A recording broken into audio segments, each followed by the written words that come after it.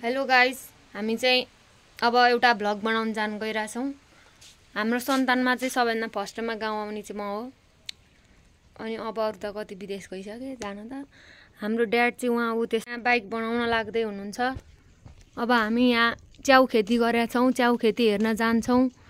त्यस पछाडि प्लान्टहरू आएको छ, प्लान्ट रोपेको हेर्न जान लागिरहेछौँ। ल जाउँ। हाम्रो चाहिँ मम्मी चाहिँ गइसक्नुभयो, अब चाहिँ हामी जान लागिरहेछौँ। हाम्रो ड्याडको चाहिँ कहिले सकिँदै हुन त हुन्छ नि, फ्लिप यस्तो गर्न मिल्दैन नि त, फेरि यस्तो गर्न। हाम्रो ड्याडको चाहिँ आफ्नो काम सुर्ता नसकिकन जानुहुन्न, अनि 1 घन्टा लाउनुहुन्छ काम गर्न। बेहुली निकालेको जस्तै हुन्छ हाम्रो ड्याडजीलाई चाहिँ। ल ड्याड आउनु न, बुबा कहाँ जानुभयो? यस्तो राम्रो राम्रो फुलहरू पनि रोपेछ। ल हेर्न सक्नुहुन्छ। यो ताराले मलाई धोका दिए। मलाई चाहिँ त्यहाँ डाँडामा पनि जान मन लागेको थियो, तर म अहिलेसम्म गएको छैन। कालिम्पोङ जाने भन्थे, कहाँ गइस् त पागल नि। के खोज्न लाग्नु भा रे? पागल नि त हो नि त्यो। मलाई चाहिँ घुम्न जाम, चाँडै जाऊँ भनेर आफू चाहिँ चाँडै आएँ गाउँमा, अनि त्यो चाहिँ आफू चाहिँ कहाँ कहाँ जाने।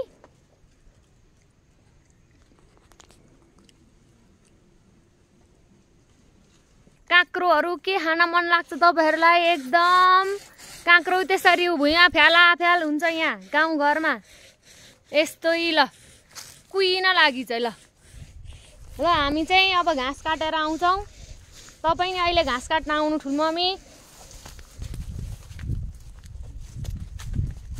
ल हाम्रो ड्याडले चाहिँ ल हाम्रो यहाँ प्लान्टहरू रोप्नु भएको छ, कहाँ रोप्नु भएको छ भनेर देखाउनुहुन्छ। कतिवटा प्लान्ट आइत्यो रे भन्नु त? 1060 चाहिँ प्लान्ट आइथे। यो एभोकाडो यस्तो। यो दाँते ओखर नेपाल सरकारले यसरी बिरुवाहरू पनि दिने गर्छ। तपाईँहरूको गाउँ जिल्लामा आएको छ कि छैन? यो तेजपत्ता यसरी चाहिँ ट्यागहरू लाएर चाहिँ हामीले बुझाउनु पर्छ। यो कहाँबाट आएको रे? नेपाल सरकारले। पहिलाको चोर सरकार हो, अब त चोर सरकार नहोला। तपाईँहरूले कतिमा किन्नु भयो त यति सबै प्लान्टहरू? अनि यसको बापतमा तपाईँहरूले के गर्नुपर्ने?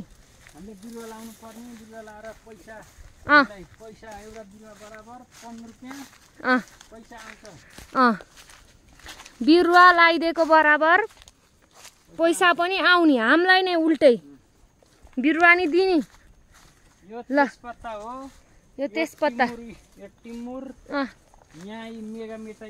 मेगामेटा के हो? मेगामेटा भने अस्ट्रेलियन कटुज। यो अस्ट्रेलियन कटुज हो यो। अनि कटुजलाई चाहिँ यस्तो झारै झारा राख्नु हुँदो रहेछ त। ल मेगामेटा डेमी। यो झारहरू सबै सनक्क बनाउनु पर्दैन? गोड्नी, अब गोड्नु पर्छ। यहाँ हँसिया खै हँसिया हाम्रो। यस्तो किम्मु हुन्छ, खानी किम्मु हुन्छ अर्गानिक बिउबाट जाति हुने यस्तो। अब चाहिँ मैले कपाल बाने यो लट्ठीले कस्तो गर्मी यहाँ त। अनि यो चाहिँ हाम्रो ठुलो रुख, मैले अस्ति नै एउटा सानो त्यो भिडियोमा पनि हालेको थिएँ। यो चाहिँ हाम्रो भगवान देवीथान भन्ने ठाउँ हो, देवीथानको रुख हो। अनि हामी चाहिँ यहाँ पहिला शनिबार चाहिँ अहिले पनि आउँछौँ। तर पहिला चाहिँ अब हामी भुरा हुन्थ्यौँ नि त। अनि त्यस पछाडि भुरा हुँदाखेरि चाहिँ यहाँ पूजा गर्न आउँथ्यौँ। अनि पातहरूमा आफ्नो विसहरू लेख्थ्यौँ। यो चाहिँ पूजालाई थाहा छ होला, धेरैजसो चाहिँ पूजा र म जान्थ्यौँ। पूजाको घर चाहिँ त्यहीँ नजिकै हो क्या, त्यहीँनिर हो क्या, यता त्यो झाङतिर हो। अनि पूजा र म भएर चाहिँ विस मागेर पातमा, अनि पात त्यहाँनिर चढाएर गर्थ्यौँ। अब अहिले त पूजा पनि छैनन्, यो वर्षदेखि त पूजा पनि छैनन्। पूजा पनि अब आफ्नै अब उता गइहालिन्, विदेश गइहालिन्। उसको आफ्नै कामहरू हुन्छ, सबैजनाको आफ्नो काम हुँदो रहेछ। अब त्यही नै हो। सबैजनाको अब अलि ठुलो भए पछाडि पहिला ठुलो भएको त्यो दाइ दिदीहरूले भन्नुहुन्थ्यो आफआफ्नोतिर लागिन्छ भनेर त्यस्तै नै हुँदो रहेछ सबैजना आफआफ्नोतिर लागिँदो रहेछ यो चाहिँ हाम्रो खन्यु भने चाहिँ यस्तो हुन्छ तर अहिले त फल्या त रहेन रहेछ फल यस्तो फल्या हुन्छ अनि यो पाक्छ अनि यो खाने हो तर अब अहिले चाहिँ छैन एउटै छैन यस्तो मुनि कहाँ छ यहाँ टन्नै हुन्थ्यो सर्पहरू कालिजहरू आउँछ हाम्रो यहाँ मृगहरू आउँछ बारीमै आउँछ यहीँ आउँछ डर लाग्छ क्या मलाई चाहिँ यस्तो भित्रतिर हात हाल्न यस्तै हुन्छ जेउस यस्तै हुन्छ अनि यो पाकेको हुन्छ अनि यसलाई फुटाउने हो यसरी टोक्दिउँ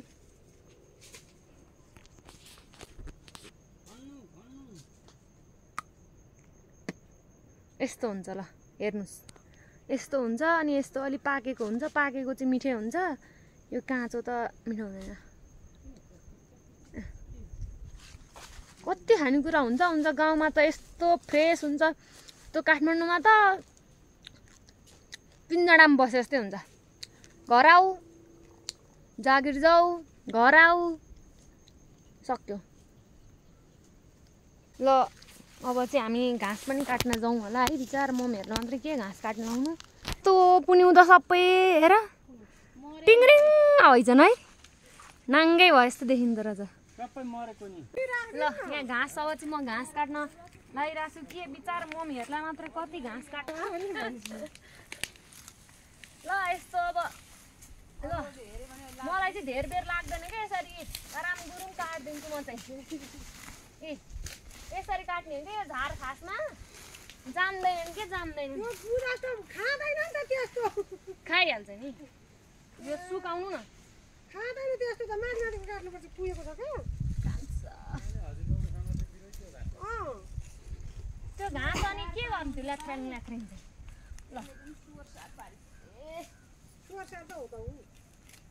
यो अनि सुकायो भने खाइहाल्छ नि त्यो आफैले पल्टाएर खाइहाल्छ नि ल काँक्रो टिपेर ल्याउँ यहाँ त हाम्रो बोट बिरुवा बोटबाट डाइरेक्ट टिप्ने ल्याउने खाने कुन चाहिँ ल्याउनु रे एकछिन पख्नु ल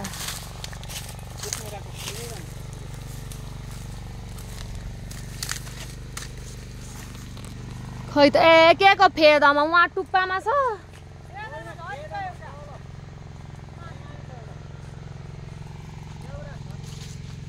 ए यहाँ छ यहाँ यस्तो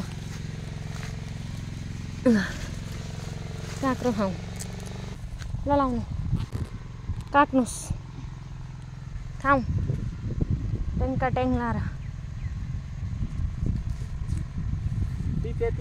कस्तो गर्मी ल बस्नु न मम्मी ल छ्याक्काडक्काडक्कै छ जस्तो छ ठुलमामी काँक्रो खान आउनु किन दिनुहोस् काँक्रो खाइ बुढी भयो कडाङ खाए शीतल यो हुनुभन्दा यस्तो फोहोर हातै खान्छ फोहोर हात गाउँमा फोहोर हात खाए पनि केही हुँदैन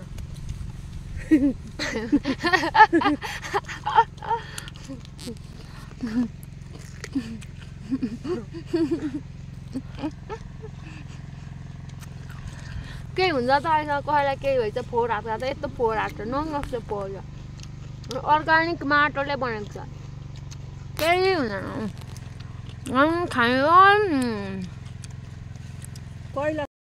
ल हाम्रो चाहिँ बारी क्लिन भइसकेको छ हेर्न सक्नुहुन्छ अब यति बाँकी छ यति मम्मीले काट्नुहुन्छ अब चाहिँ हामी त्यसरी त्यसलाई अब गिड्न गइरहेछौँ ल केही बोल्नु न काट्दैछन् भनेर बोल्नु को बोल्दैछ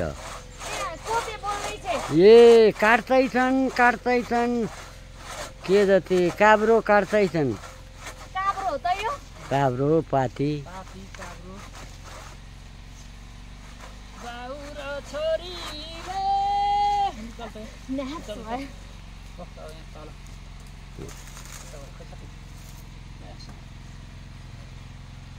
भयो छैन समात्नु न समात्नु। छैन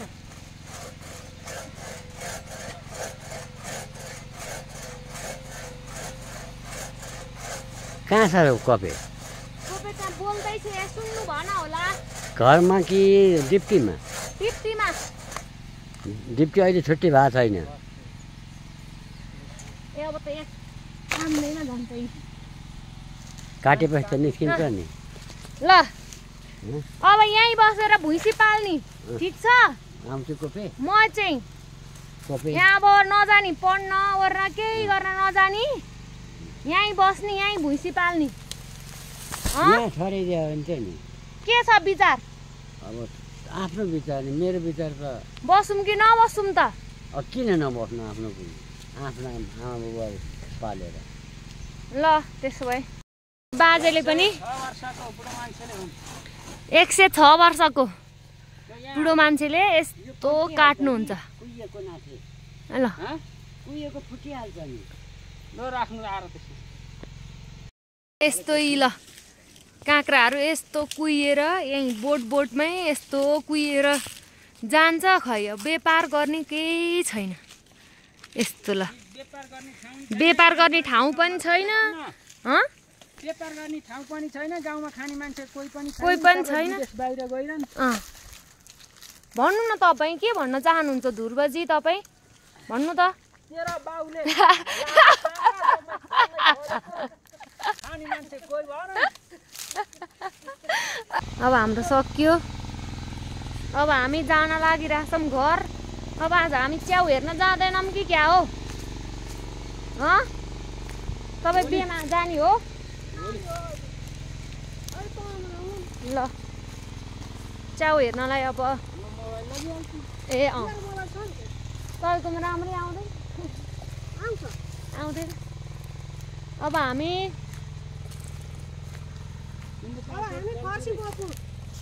फर्सी चाहिँ के गरी बोक्नु एउटा हातले कहाँ बोकिन्छ अहिले आउँला म सक्दिनँ ल बोक्नु बुवाले बोक्नु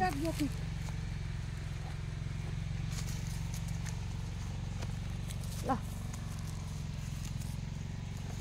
है त गाइजहरू हाम्रो यस्तै छ गाउँले जीवन हामीलाई पैसा पठाइदिनु 2 करोड है